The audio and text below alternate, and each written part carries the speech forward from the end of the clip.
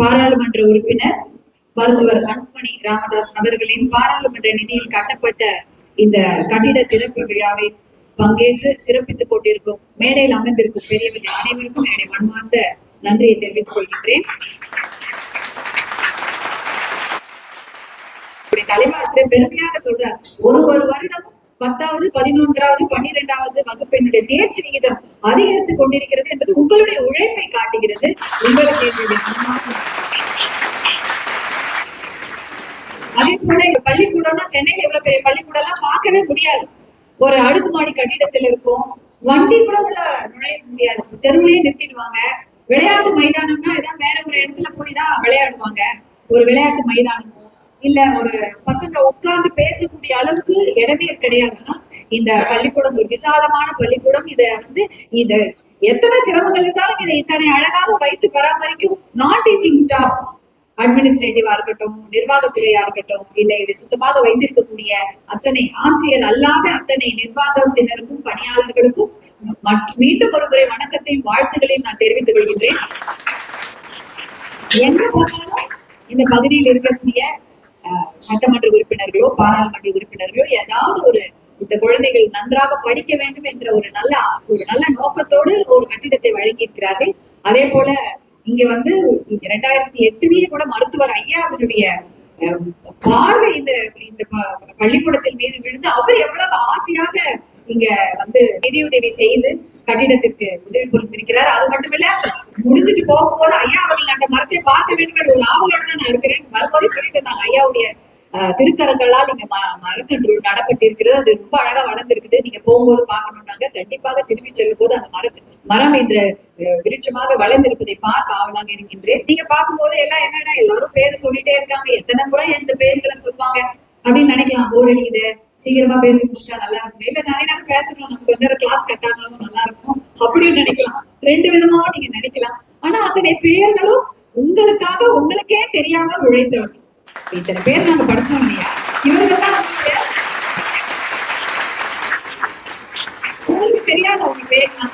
ஆனா அவங்க எல்லாம் இந்த பள்ளிக்கூட கட்டிடத்துக்கு இது வேணும்னு யாரையாவது போய் பார்த்திருப்பாங்க, இல்ல ஒரு நாள் அதற்காக போயிட்டு சுத்தமா இருக்கணும், இல்ல அதுக்கு ஏதாவது ஒரு நிதி உதவி செய்திருப்பார்கள். நிதி உதவி செய்வதை விட அவர்களுடைய டைம் இருக்குல்ல, அவங்களுடைய நேரத்தை ஒதுக்கி ஐயோ இந்த குழந்தைகளுக்கு ஏதாவது செய்யணுமே யோசிச்சு கூட வந்திருப்பாங்க. அது ரொம்ப முக்கியம். பண உதவியோ பொருள் உதவியோ உடல் உழைப்பு கொடுப்பது போலவே அவங்களுடைய நேரம் ரொம்ப ரொம்ப முக்கியமான விஷயம். அந்த நேரத்தை உங்களுக்காக நீங்க எல்லாம் நல்லா இருக்கணும், நல்லா பசங்க படிக்கணும், அவங்களுக்கு எல்லாம் உங்களுக்கு சௌகரியமாக இருக்க வேண்டும் என்பதற்காக அவங்க உட்கார்ந்து இருக்கிறாங்க. அவங்கதான் உங்களுடைய ரியல் ஹீரோனா உங்களுக்கு எல்லாரும் பேரும் தெரியும் இல்லையா. நான் கேட்டேன்னா ஏதாவது லேட்டஸ்டா வந்த படம் எதுன்னு கேட்டா அவங்க எல்லாருக்கும் தெரியுமா தெரியாது? எல்லாருக்கும் தெரியும் பாருங்க. லேட்டஸ்டா வந்த படம் என்னன்னு உங்களுக்கு தெரியும், தெரிந்து கொள்வதில் தப்பில்லை.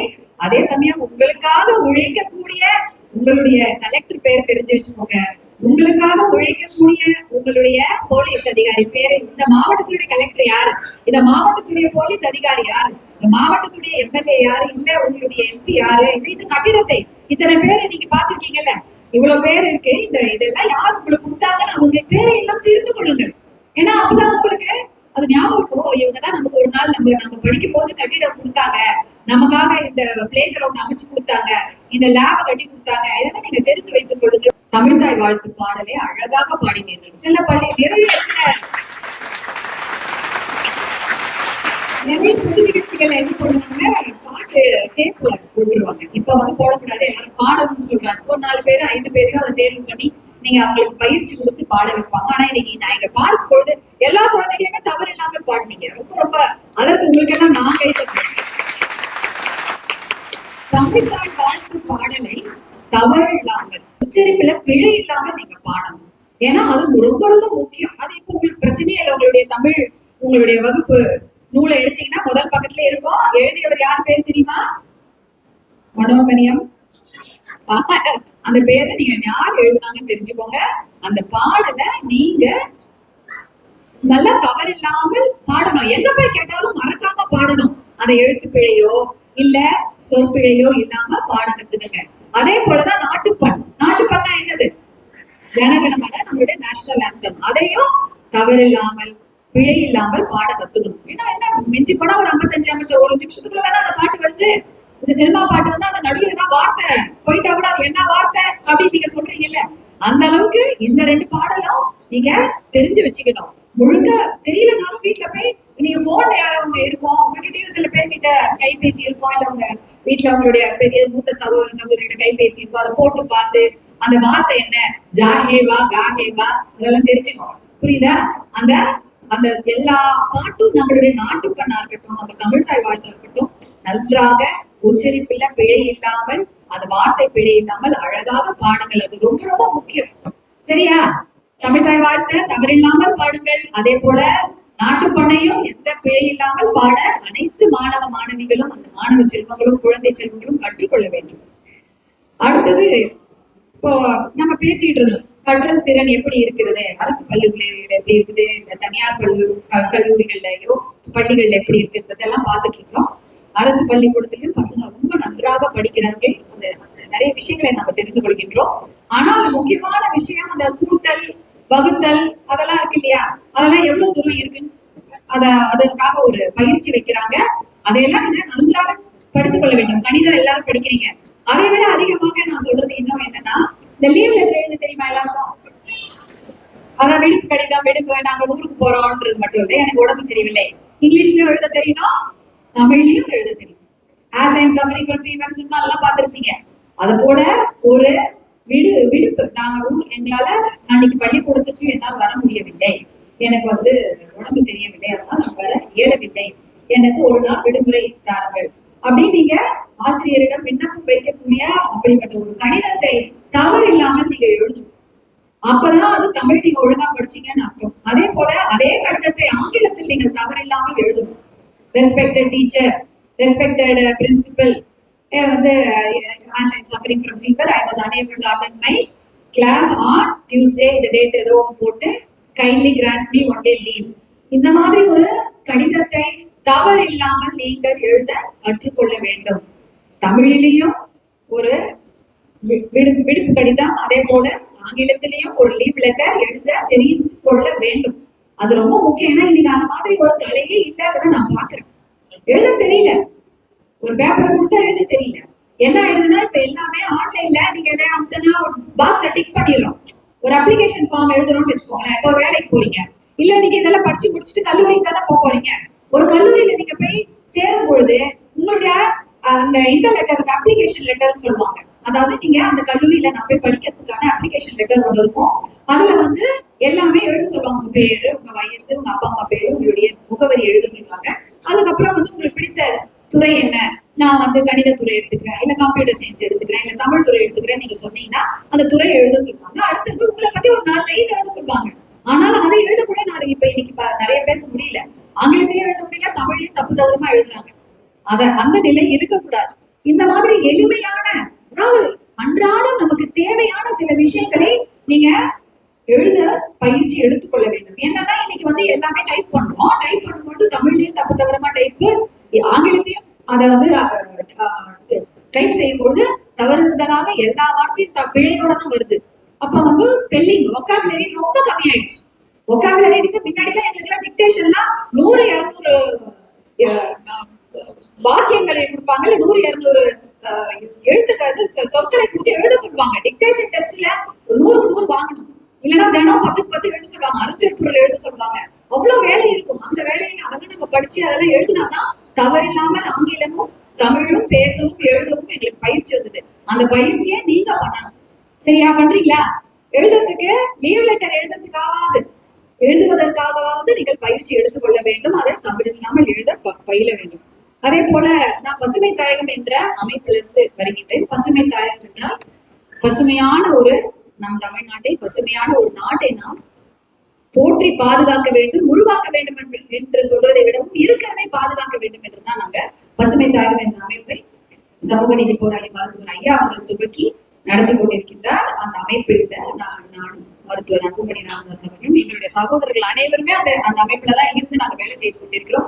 எத்தனையோ லட்சக்கணக்கான மரக்கன்றுகளை பள்ளிக்கூடங்களில் நட்டு வளர்த்திருக்கின்றோம். அதுல பாத்தீங்கன்னா இந்த குளோபல் வார்மிங், அதாவது முன்னாடி விட இன்னைக்கு சூடா இருக்கா? முன்னாடினா ஒரு 10 வருஷம், நீங்க எல்லாம் குழந்தைங்க, நீங்க பிறக்கும் போதே ஒண்ணு தெரிஞ்சிருக்காது உங்களுக்கு. ஆனா எங்களை போன்றவங்களுக்கு தெரியும். முன்பெல்லாம் வந்து மே மாசம் என்பது வெயிலாதான் இருக்கும். சித்திரை எப்படி இருக்கும்ன்றது எங்களுக்கு தெரியும். ஆனா இப்பதான் கொடுமையாக இருக்கின்றது. சித்திரை மாதங்களில் வெளியே போக முடியல. கிராமத்துல எல்லாம் கூட என்னுடைய கிராம பிறந்தவங்களே எங்க அண்ணனுக்கு சொல்றாங்க, அம்மா முன்னாடி 10 வருஷம் முன்னாடி, இந்த 20 வருஷம் முன்னாடி வெயில் தான் இருக்குமா, ஆனா இப்ப என்ன அப்படியே காய்ச்சி இருக்கவே முடியல. அதிகமான வெயில், அதிகமான மழை, அதிகமான புயல், அதிகமான வறட்சி இதெல்லாம் நிறைய இருக்கிறது. இதற்கெல்லாம் காரணம் நம்ம சுற்றுச்சூழல் பாதிப்பு தான். நம்ம உலகத்துல அது நிறைய வாகனங்கள் முன்னாடி இருந்ததை விட அதிகமான வாகனங்கள் இருக்கு, வாகன புகை. அதே போல முன்பு இருந்ததை விட அதிகமாக 150 வருடமாக தொழில் புரட்சி என்ற பெயரில் நிறைய தொழிற்சாலைகள் கட்டப்பட்டு அவைகள் வந்து ஒரு முறையாக அதற்கு கண்காணிப்பு செய்யாமல் இருப்பதால் நிறைய எப்படி சொல்றது புகைகள் வெளியில வருது. அந்த புகைலாம் வெளியில வந்து சுற்றுச்சூழல்ல மாசு ஏற்படுது. தண்ணியில மாசு. முன்னாடியே கால்வாயில நல்ல தண்ணி ஓடிக்கொண்டு இருக்கும். நல்லா அப்படியே அந்த தண்ணி குடிப்பாங்க. அந்த தண்ணி எடுத்து கோவிலுக்கு அபிஷேகம் செய்வாங்க. அந்த அளவுக்கு சுத்தமான தண்ணி இருந்தது. இன்னைக்கு அப்படி கிடையாது. அந்த தண்ணியில வெறும் சேரும் சகதியமாக இருக்கிறது. இது மனித கழிவுகள் மட்டுமல்ல, தொழிற்சாலை கழிவுகளும் அதுல கலக்கிறதுனால சுற்றுச்சூழல் காற்றிலும் பாதிப்பு, தண்ணீரிலும் பாதிப்பு, நம்ம வாழக்கூடிய நிலத்திலையும் பாதிப்பு. இந்த பகுதியில உங்களுக்கு வந்து மீத்தேனரா எடுக்கக்கூடிய நிலைமை இருந்தது. பள்ளமா கிலோமீட்டர் கணக்குல பள்ளம் போட்டிருப்பாங்க.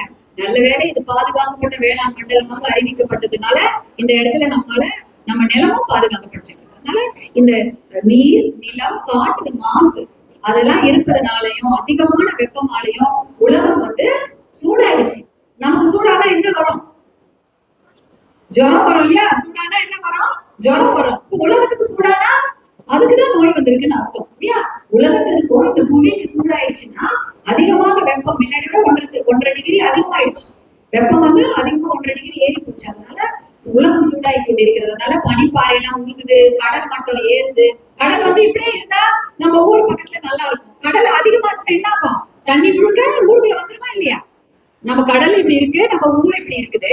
கடல்ல பனிப்பாறை எல்லாம் உருகி அத்தனை தண்ணியும் கடல்ல வந்துச்சுன்னா கடலுடைய உயரம் இவ்வளவு ஏறிடுச்சுன்னா அந்த கடல் மொத்தம் எங்க வரும்?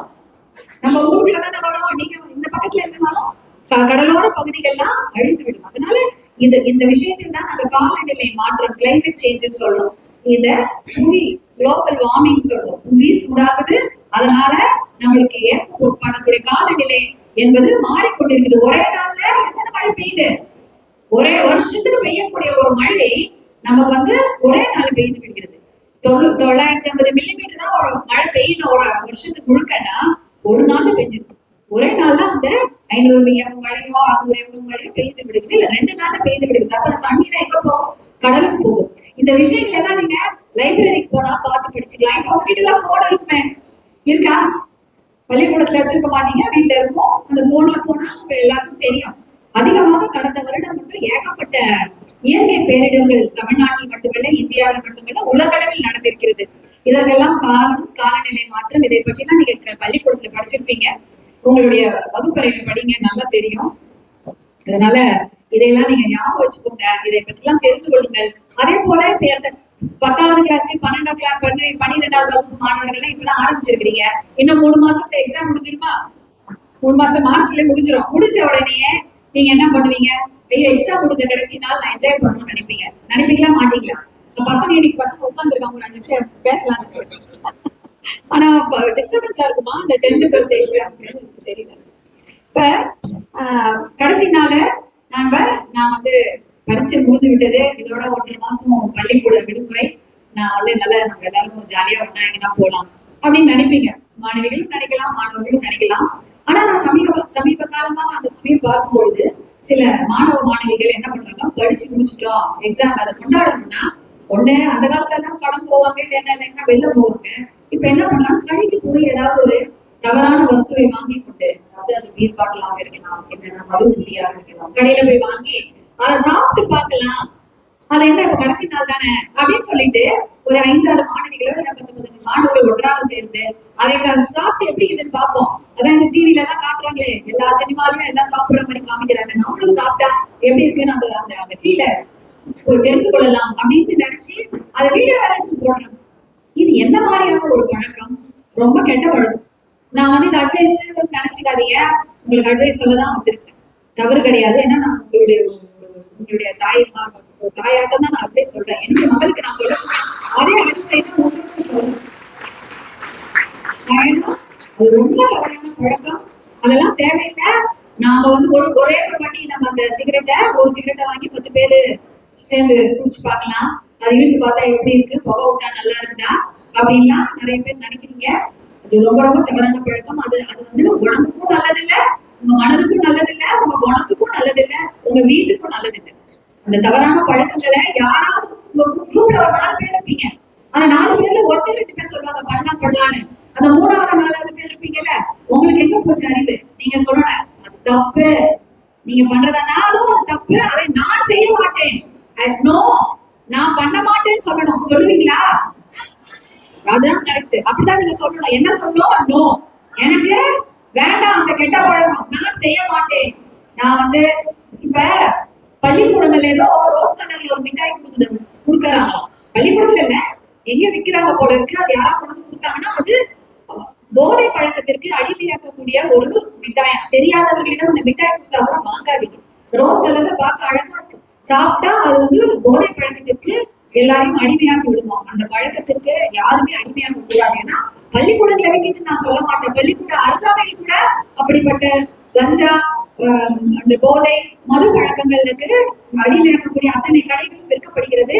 அந்த அந்த கஞ்சா போன்ற அத்தனை வஸ்துகளும் எல்லா இடத்துலயும் தாராளமாக கிடைக்கிறது என்று தகவல்கள் வருகின்றன. நீங்க எல்லாம் அதுக்கு எடுத்த உடனேயே ஒருத்தர் சொன்னா கூட நோன்னு சொல்லி பழகுங்க, வேண்டவே வேண்டாம். ஏன்னா உங்களுடைய உடல் நலம் மிக மிக மிக மிக முக்கியம். இன்னைக்கு அதுக்கு மட்டும் பழகிட்டீங்கன்னா நாளைக்கு 20 வயசு 30 வயசுலயே 20 வயசு 30 வயசு பையன் மாதிரியோ 20 வயசு 30 வயசு பொண்ணு மாதிரி தெரிய மாட்டேங்க. ரொம்ப ரொம்ப வயது முதிர்ந்த உங்க மாதிரி உடம்பெல்லாம் ஸ்ட்ரென்த்தே இருக்காது, உடம்புல வலு இருக்காது, உங்க மனசுல தைரியம் இருக்காது, ஒண்ணுமே இருக்காது. என்ன மனுஷங்களாக இருக்க முடியாது. அதனால அந்த பழக்கத்துக்கு எடுத்த விட முதல்ல உங்க ஃப்ரெண்ட்ஸ் ஏதாவது சொன்னா கூட நோ அப்படின்னு நீங்க சொல்லணும். Say no the first time to alcohol, to drugs, to tobacco. சரியா?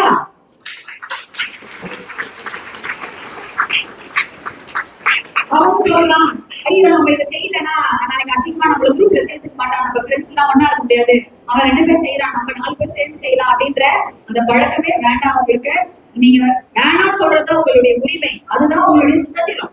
நீங்க அவங்க அம்மா அப்பா கிட்ட போனோன்னு என்ன சொல்றீங்க? வாமா உட்காந்து படிப்பான அனுப்புமா, வரல அப்படின்பீங்க. அப்பா வந்து பாப்பா பூஜை பண்ணலாம் வாங்கன்னு கூப்பிட்டு அனுப்புமா, இப்பதான் இதான் நான் தூங்குறேன் இப்பதான். அப்பா அம்மாவுக்கு அவ்வளவு ஈஸியா நோ சொல்றீங்க, ஆனா ஃப்ரெண்ட்ஸுக்கு அவ்வளவு ஈஸியா நோ சொல்ல மாட்டீங்க. கண்டிப்பாக சொல்லுங்க. அப்படியா?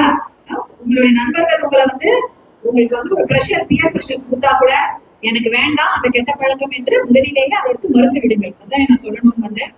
அதே போல உங்களுடைய பெற்றோரை, ஆசிரியர்களையும் பெற்றோர்களையும் மதித்து நடங்கள். அவங்க சொல்றது, அது சொல்ற விதம் தான் நல்லா இருக்காது. அவங்க சொல்ல தெரியாம கூட சொல்லலாம், எப்படி சொல்றது தெரியாம அதட்டியோ உருட்டியோ தப்பாவோ சொல்லலாம். ஆனா நல்லதுக்கு தான் சொல்றாங்க, உங்களுடைய நன்மைக்கு தான் அவர்கள் சொல்கிறார்கள் என்பதை கேட்டு அவர்களை மதித்து நல்ல ஒழுக்கமான பிள்ளைகளாக வளர வேண்டும் என்பதுதான் என்னுடைய வாழ்த்து. மருத்துவர் அன்புமணி ராமதாஸ் அவர்களுடைய பாராளுமன்ற நிதியில் கட்டப்பட்ட அந்த கட்டிடத்தை திறந்து வைக்கும் அந்த எனக்கு நல்ல வாய்ப்பை வழங்கிய பள்ளிக்கூட நிர்வாகத்திற்கும் அனைத்து சகோதரர்களுக்கும், என்னுடைய அனைத்து சகோதரர்களுக்கும் சகோதரிகளுக்கும் என் மனமார்ந்த நன்றியை தெரிவித்துக் கொண்டு, அதனாலதான் புகைப்பழக்கம் பொது இடங்கள்ல இருக்கக்கூடாதுன்னு சொல்லிட்டு மருத்துவர் அன்புமணி அவர்கள் அந்த பொது இடங்களில் புகை பிடிக்கும் பழக்கத்தை கண்டிப்பாக ஒழிக்க வேண்டும் என்பதற்காக அதை தடை போட்டாங்க. யாருக்காக போட்டாங்க தெரியுமா? உங்களை மாதிரி குழந்தைங்களுக்காக, எங்களை மாதிரி பெண்களுக்காக தான் போட்டாங்க. ஏன்னா மத்தவங்க புகை பிடிச்சாங்கன்னா அது நாம சுவாசிக்கிறோம், நமக்கு பெண்களுக்கும் பாதிப்பு, குழந்தைகளுக்கும் பாதிப்பு என்பதற்காக தான் பொது இடங்களில் புகைப்பிடிக்க தடை செய்யப்பட்ட அந்த சட்டத்தை கொண்டு வந்தார்கள் 2005. அதனால அதையெல்லாம் நினைவில் வைத்துக் கொண்டு உங்களுக்காக யோசிக்கக்கூடிய எத்தனையோ உங்களுடைய ஹீரோஸ் நாங்க இங்க எல்லாரும் இங்க இருக்கிறோம். நீங்க நாளைக்கு பெரிய பெரிய ஹீரோவாக்களும் கதாநாயகர்களாகவும் நல்ல நிலைமைக்கு வர வேண்டும் என்று வாழ்த்தி விடைபெறுகிறேன். நன்றி, வணக்கம்.